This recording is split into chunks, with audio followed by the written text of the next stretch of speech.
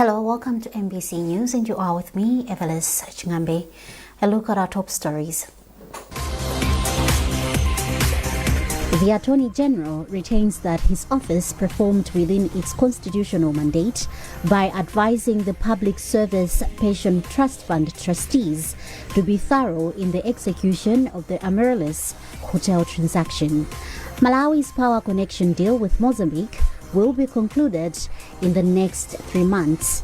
And in sports, 2 MBC sports journalists scoop awards in the Airtel Top 8 Media Awards for the 2025 season.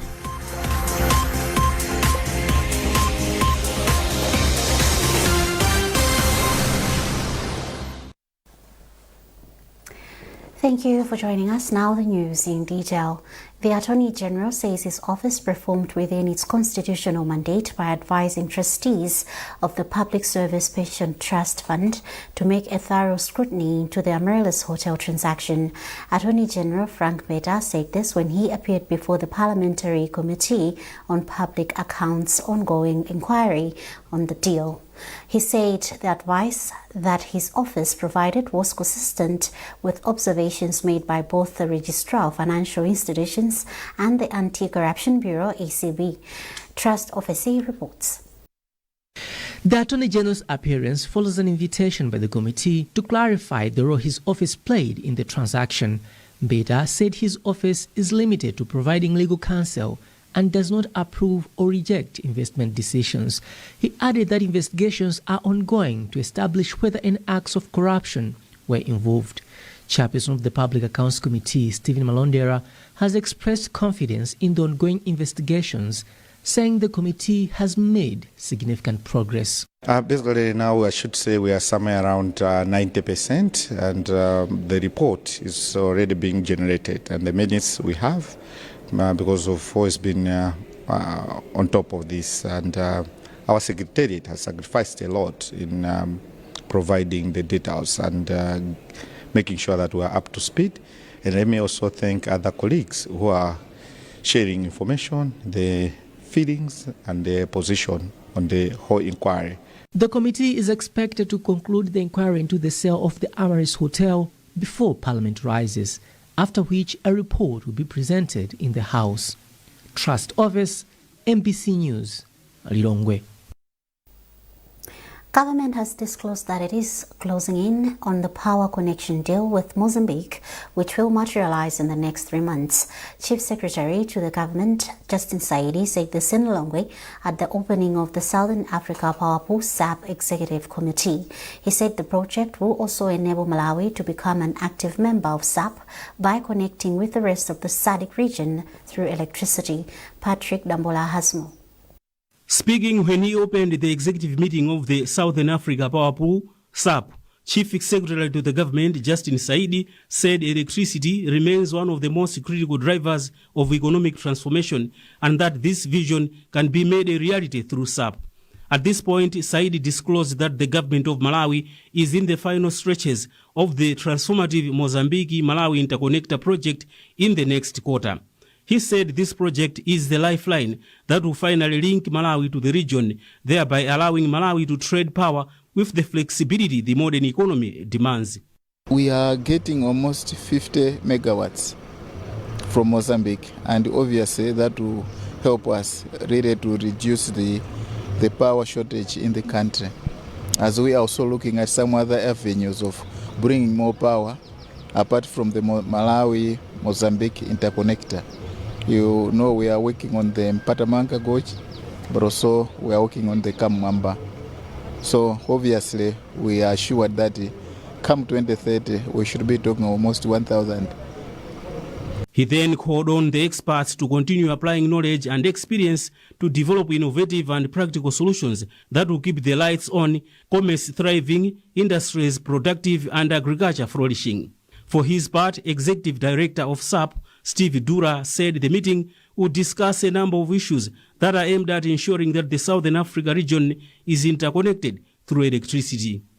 So part of the critical issues that are going to be discussed is to ensure that the remaining members that are not connected to the rest of the subgrid are connected. Among them is Malawi itself, which we expect to be connected in the second quarter of this year, and that will be followed by Tanzania, which should be connected by 2028, and after that we want to see Angola also interconnected.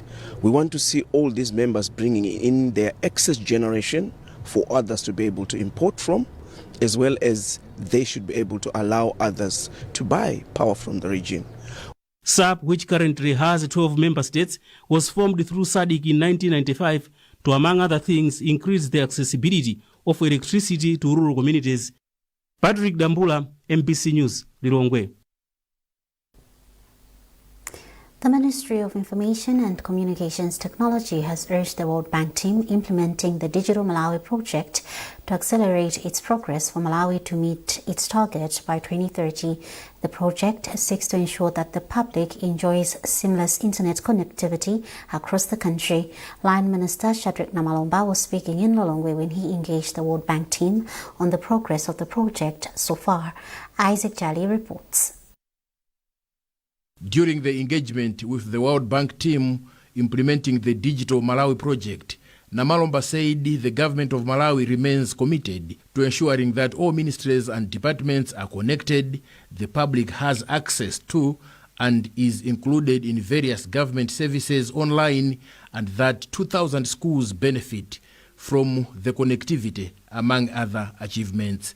Namalomba said increased access to affordable, high-quality connectivity will create opportunities to transform how the government of Malawi conducts its business and delivers services to citizens using digital technology. However, he noted that he is not impressed with the progress of some components of the project, such as the upgrading of the data center, which currently stands at 24%. Namalomba called on the World Bank team to hasten processes, including the disbursement of financial resources. He expressed confidence that once completed, the project will make Malawi a more attractive and competitive destination for digital investment. Our target is, in the first phase, is to reach out to 2,000 schools. We must bring connectivity there, but not only connectivity, not only data. But what happens once the connectivity has gotten to the schools, to the villages? We need now to begin to increase experience of people in terms of digital products, services. How? So we needed to make sure that we have, for example, the laptops, desktops, they're able to access services right there. You don't have to travel long distances. If you want to access, to apply for or to renew your passport, to renew your driving license, you can just do that in the comfort of your village because connectivity will be there. But also, let me say this, that within the project, there is the upgrading, and this is what upgrading of the national digital system, national identity system, to become a digital system. Right now, it is still manual. If you go to a bank, they will ask you to produce your national ID card. But in the world, the ideal world that we all are envisaging, you will not necessarily need to, hand over your national ID. Your national ID will be digitally, stored. You will just go there, maybe they will just scan it and all the details will be there. No one, even if you don't have the national ID, the physical national ID card, but your details will be in the system. And this is where we are pushing. We are pushing that we should have this system built. The data center should be upgraded. For his part, Tim Kelly, team leader of the World Bank Digital Malawi project, assured the minister and Malawians that the World Bank remains committed to completing the project on time. The Digital Malawi project is supported by the World Bank to the tune of $150 million United States dollars. It is therefore believed that delivering public services through mobile and online platforms can create significant benefits for citizens who would otherwise travel long distances and spend considerable time and resources accessing the services. Isaac Jali, MBC, Lilongwe. The newly appointed Director General of the Malawi Broadcasting Corporation Embassy, Brian Banda, has challenged members of staff to work professionally to make Embassy great again. Speaking during a familiarization tour of Embassy Area 4 studios in Lilongwe, Banda emphasized that collective effort is the only way to restore the institution's prestige. He urged employees to remain hardworking with a goal of transforming the national broadcaster. Maeso Chikadzula has the details in this report. Accompanied by other MBC officials, including past immediate Acting Director General Moses Chioni, newly appointed MBC Director General Brian Banda appreciated for himself the operations of the studios, which work closely with the main studios in Blantyre. Speaking during his interaction with the members of staff, Banda called on professionalism among all members of staff for the betterment of the nation. He said MBC is not a political ground, as it has employed professionals to work towards bringing good content to the public. On this, Banda emphasized the need to promote a one MBC, saying this needs proper collaboration among all the members of staff. He also stressed the need to follow the chain of command when discharging the corporation duties at all times. Banda also called for a political MBC so that the organization retains its lost glory by making it a one unified institution. The tone that we are getting from the government, from the president, and from the board, and the leadership, including the ministry, is that they want MBC that serves everyone. We are committed to that cause, and we would like to invite Malawians to come back to MBC, to start watching MBC. Those that were disappointed and they were worried about MBC, there is a new management, and we want to assure them that MBC is going to be a professional, a political, a place where professionalism is going to grow. Regional controller responsible for the center, Takonda Jumbe, emphasized the need to work together for the betterment of the organization. Indeed, the DG came to visit us today and to share his vision for where he wants to take the corporation during his tenure. He urged us all to be professional. He urged us all to remember that we are trained professionals in the fields that we are in whatever various fields, whether it's administration, whether it's financing, whether it's reporting. We are all trained professionals in our fields, so he urged us all to be professional in everything that we're doing and to always remember that we are running on taxpayers' money and we should always give the taxpayer what they expect from MBC. Malawi Broadcasting Corporation MBC Board of Directors appointed Brian Banda as its Director General early this month of March 2026 to steer the corporation to another level. Maeso Chikadzula, MBC News, Lilongwe. Blantyre City Council is rehabilitating some of the city's existing roads, which are now in poor shape. Chief Executive Officer for the Council, Conspi Jaza, told MBC that the exercise will target both main and feeder roads in the city. Ruth Chinangwa reports.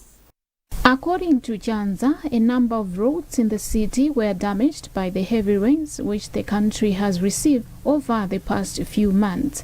The council plans to fill potholes, repaint road markings and deseal drainage system in order to improve the road infrastructure. He said the targeted roads include Mangochi Highway, Mahatma Gandhi Road, Makata Road, Kenyatta Drive, John Chilembe Road and the Cholo Shikumula Road. Blantyre City Council is planning to rehabilitate the existing road infrastructure in the city. As we have all noted, much of our roads have been battered. We've got a lot of potholes in the main roads of Kenyatta Drive, the highway, Mahatma Gandhi, Makata Road and other roads. So starting from today, we have started rehabilitating these roads. We'll be patching up with patching all the potholes in the city. But also further to that, we have a challenge on Chol Road where, because of the rains that recently came in Malawi, most of our drains have got a lot of silt. So we're going to desilt all the drains on Chol Road up to Chikumula to make sure that they are able to accommodate the additional rains that are still remaining to fall. And further to that as well, we have also challenge on the Zomba Road because of the rains. the middle section of the road close to Mzedi dam site has also been eroded. There are a lot of potholes on that road. And there are a few other spot areas along the road to Mapanga. So we're all geared to ensure that we rehabilitate all these road sections. Commenting on the development, one of the minibus drivers in Limbi, Fraction Kajulu, commended the council for the initiative, saying it will go a long way in its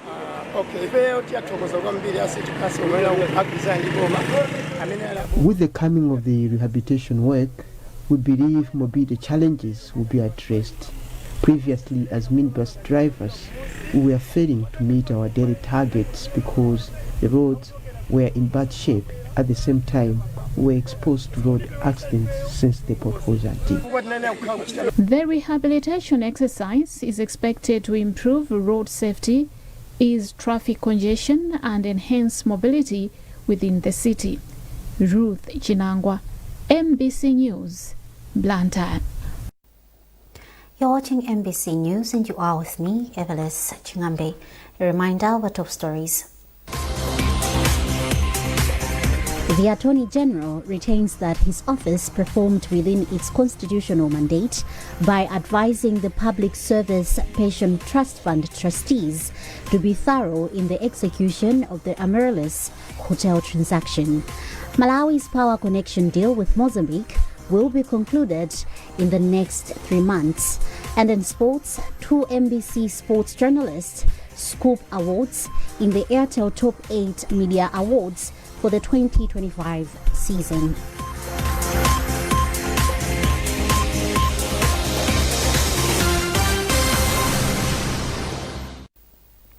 Welcome back. Malawi has been known as a heavy user of charcoal and firewood as a source of energy, despite efforts by government to eradicate the use. The move has slowly caused deforestation in most parts of the country's forests. Liquefied petroleum gas (LPG) has been long introduced as an alternative source of energy, and MBC's Blessings Teleuga explains how people are embracing the shift. According to Global Forest Watch, an online platform providing forest monitoring data, Malawi lost approximately 1,100 hectares of humid primary forest between 2002 and 2024. This represents a significant 22% reduction in its total primary forest cover. The country's heavy reliance on charcoal remains a primary driver of deforestation, with World Bank estimates suggesting that around 33,000 hectares of forest are lost annually due to charcoal production and related activities.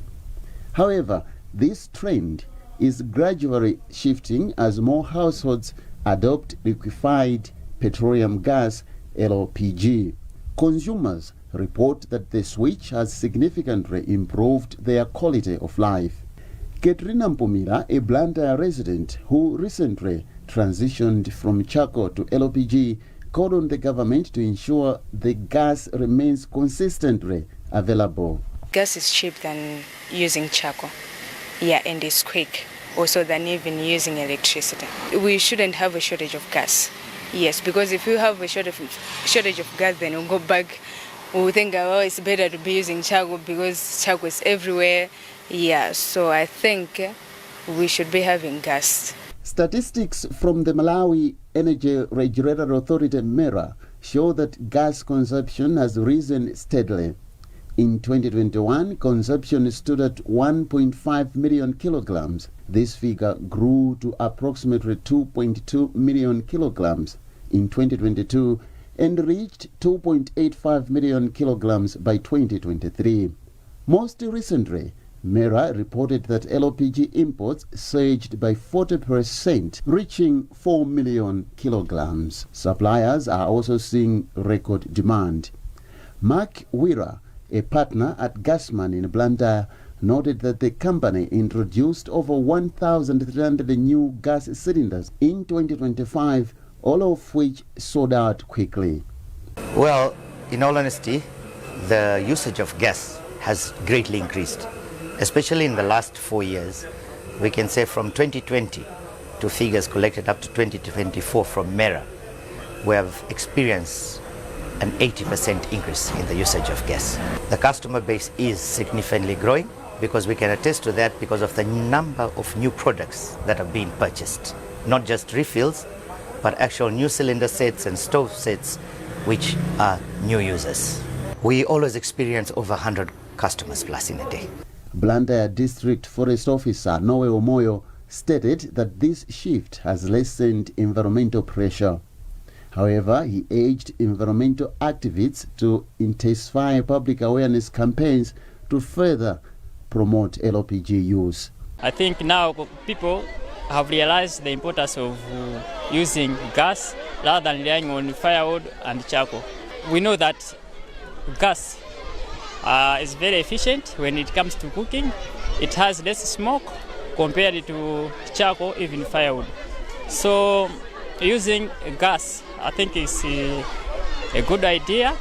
And at the same time, we all understand that as people are using gas instead of charcoal, they are making our work easier so that we can be able to manage the remaining trees that we are having currently.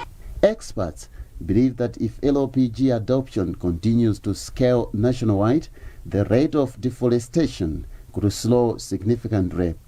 This would help mitigate climate-related disasters such as floods and droughts, which currently threaten Malawi's agricultural productivity and food security. Blessings Echeleuka, MBC, Blantyre. The Lilongwe District Health Office will intensify outreach to private primary schools to improve uptake of polio vaccine in the first round of the nationwide vaccination campaign. The DHO has stated that previous campaigns largely focused on public schools, where it has been easier to vaccinate children. However, challenges such as misinformation and disinformation have affected access to learners in private schools. Yamigan Maganga reports. The first round of polio vaccination campaign has been launched at Stepping Stones Primary School in Lilongwe. Director of Health and Sanitation Services at Lilongwe DHO, Dr. Wilson Chingani, said previous campaigns left gaps in private schools due to misinformation. In the previous campaign, we used to launch them on public facilities, public primary schools. This disease can also attack those who are in private schools. That's why I'm thankful to the ownership of this school for giving us the chance to make the launch at this facility. We did throw it away as healthcare workers that we cannot do these interventions on our own. We are not doing in isolation this time around because even the education sector has also joined in the fight. Mayor for Lilongwe City, Peter Banda, has called on traditional, religious and education leaders to help counter false information and ensure that every eligible child is vaccinated. Meanwhile, Independent Schools Association of Malawi, ISAMA Executive Secretary Michael Mulongoti has urged private schools and parents to support the exercise. We as independent schools, we are going to make sure that this campaign reaches out to all the schools in Malawi. We are structured in such a way that we have got all the chairpersons in all the divisions, 6 divisions, education divisions, whereby we are going to disseminate this information to all the chairpersons in those divisions so that they reach out to the districts, then from the districts to the zones, especially in cities like Blantyre, Lilongwe, and in Zuzu, and as well as Zomba. The campaign is targeting about 673,000 children under the age of 10 across Malawi and will run from 24 to 27 March 2026. Yamigan Makanga, MBC News, Lilongwe.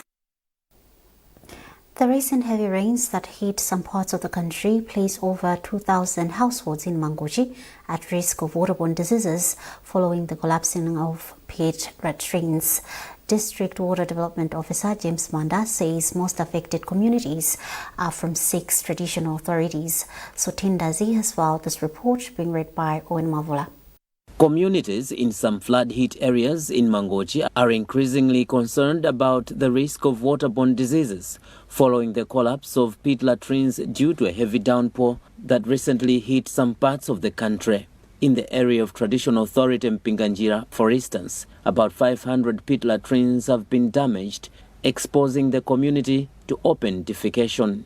According to chairperson for the Area Development Committee, Leo Kalimbuka, the development is posing significant health risks, including the spread of disease like diarrhea. This is a very big problem, considering that now many villagers are opting to use school toilets and the area continue flooding. We are fearing the outbreak of waterborne diseases such as cholera in our villages if they are not provided with sanitation and hygiene messages. Equally affected are students of Nansenga Community Day Secondary School.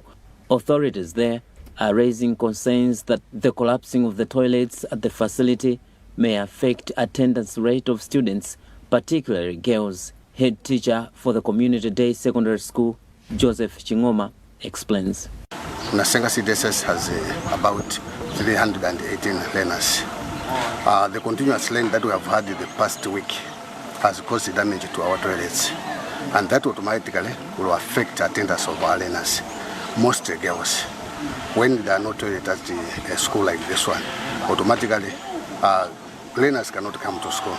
According to District Water Development Officer for Mangochi, James Manda, the most affected areas are Makanjira, Nankumba, Namavi, Mapira, Mponda and Mpinganjira, with the latest report indicating that over 2,000 pit latrines have been damaged, including 5 boreholes. Infrastructures have been damaged, including boreholes.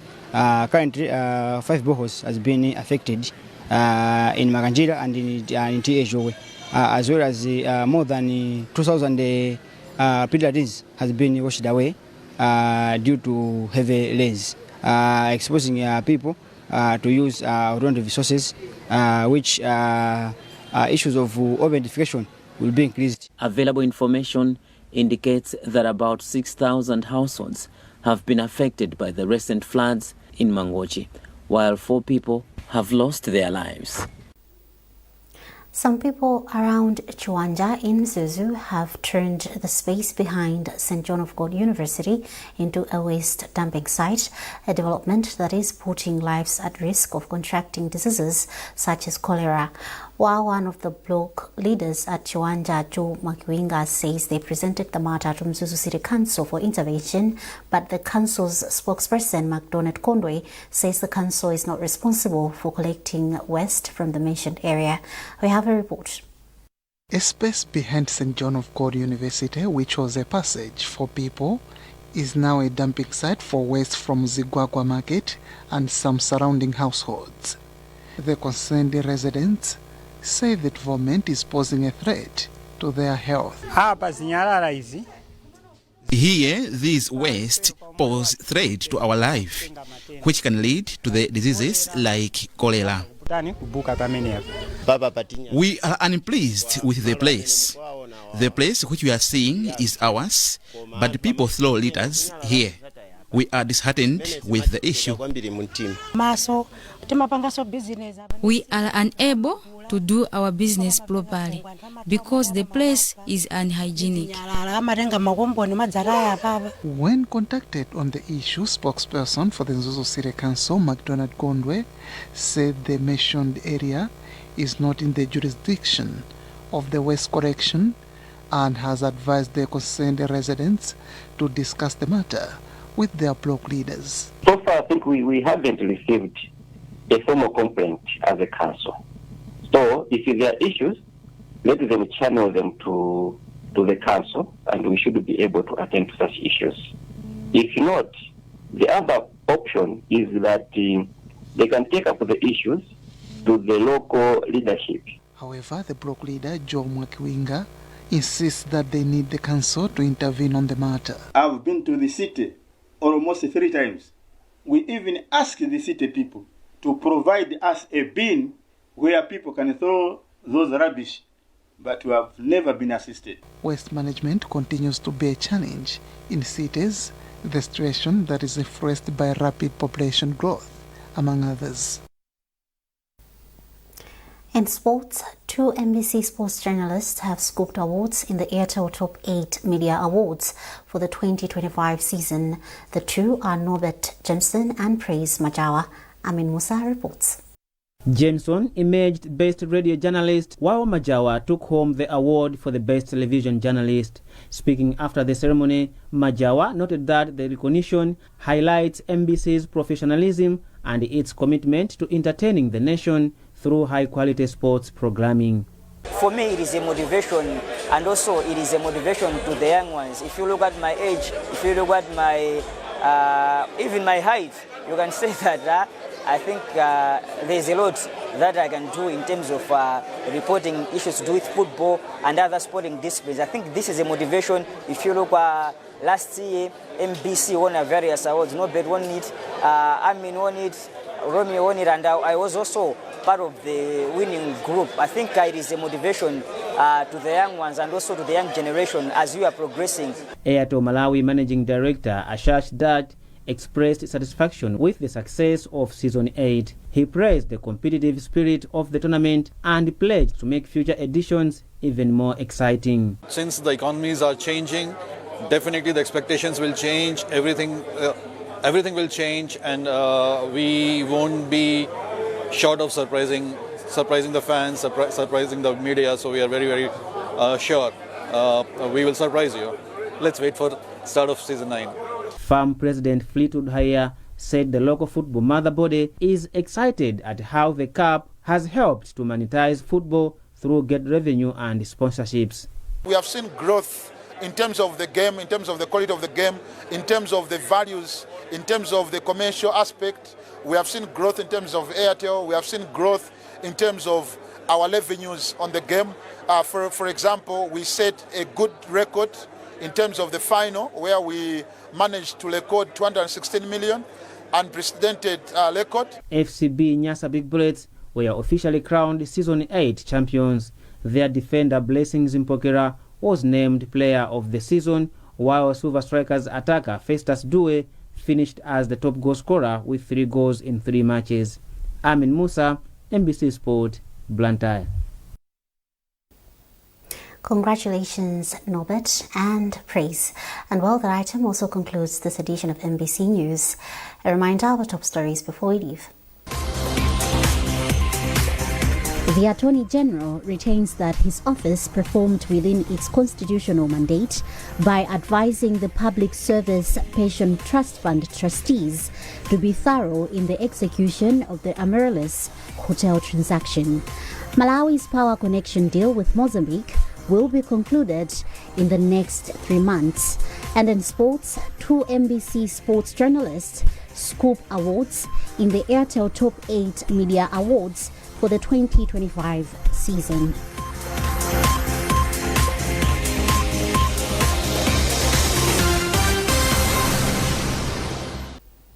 For more updates, visit NBC Digital on Facebook, X, and Instagram. You've been with me, Evelis Chingambi. Thanks for watching and good afternoon.